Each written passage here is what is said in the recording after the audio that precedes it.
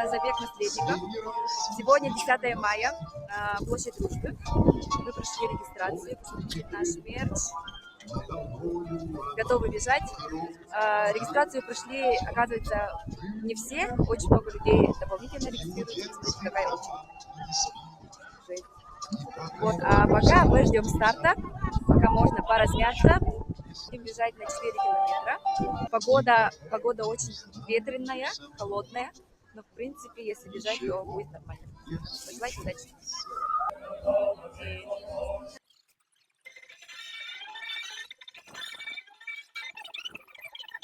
Вы увидите, что кому-то из участников стало плохо и нужна помощь.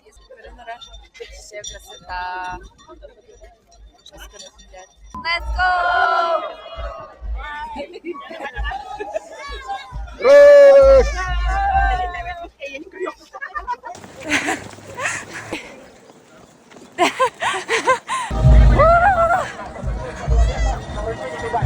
Пофотографируемся потом.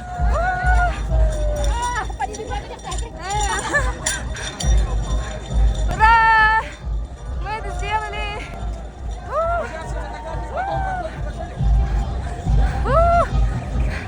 Ура! Ребят, ну что, мы пробежали 4 километра, забег наследников.